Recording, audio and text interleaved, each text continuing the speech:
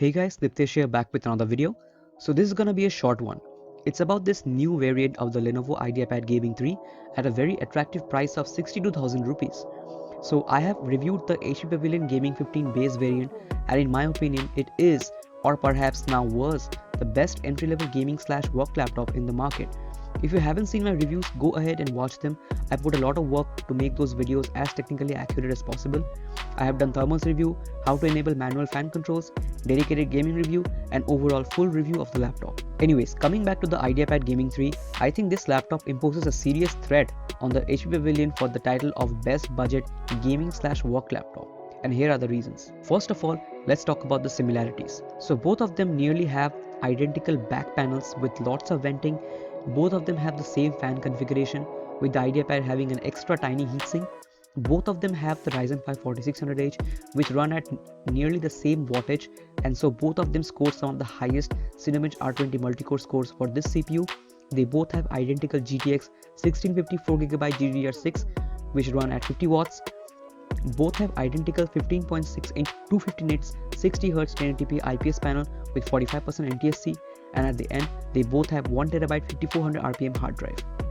Now let's talk about the advantages of the Lenovo. First of all, the Lenovo comes with a 256GB M.2 SSD built in at only Rs 2000 extra, which means some of you who are very new to laptops or PCs won't have to go through the hassle of installing an SSD and reinstalling Windows like I did on the HP Pavilion, although it's much easier than it sounds. And in reality, you won't get a 256GB M.2 SSD for 2000 rupees in the market.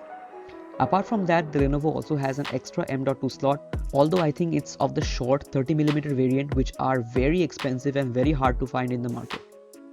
The Lenovo also has two USB 3.2 Type A ports, whereas the Pavilion only has one 3.2 Type A port and the other is a 2.0 port. Now the next couple of points are subjective. Number one, I feel the Lenovo looks better than the Pavilion slightly. I mean, they both look very understated and can easily be disguised as an office laptop. Number 2, the Lenovo has a better keyboard with full-sized arrow keys and deeper travel, and also the blue backlight gives it a unique look. Now let's talk about the advantages of the Pavilion. Well, it's cheaper to begin with, but the experience without an SSD is not ideal.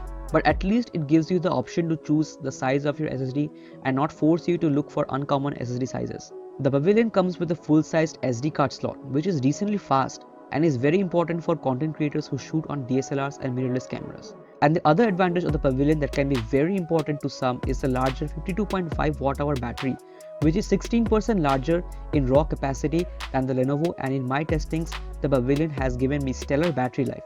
Check my full review of the Pavilion for full details. The Pavilion's power adapter is also of a higher wattage, that is 150 watts, and that allows the Pavilion to be charged faster, not only during normal use but also during gaming and heavy productivity. One miscellaneous point that I would like to mention is that although the Lenovo comes with Lenovo Vantage software with 3 profiles, silent, balance and performance, it doesn't have any advantage over the Pavilion with regular Windows battery saver, balanced and high performance profiles. Both Lenovo Vantage and Omen Game Center don't allow manual fan controls, but the HP Pavilion's fans can be easily controlled using third-party notebook fan control software. I have made a video, check it out. It gives the Pavilion a nice boost in CPU benchmarks. So at the end, the bottom line is that you can go with either laptops. Both are very compelling value for money laptops. What it comes down to is the Lenovo coming with the 256GB SSD pre-installed at only Rs 2000 extra, and the Pavilion coming with a 16% larger battery, and also Lenovo's after-sale service versus HP's after-sale service. I must say HP's after-sale service has been very good with prompt on-site support, but I don't know about Lenovo. So do let me know which one would you prefer in the comments. Like and subscribe, and I'll catch you in the next one. Peace.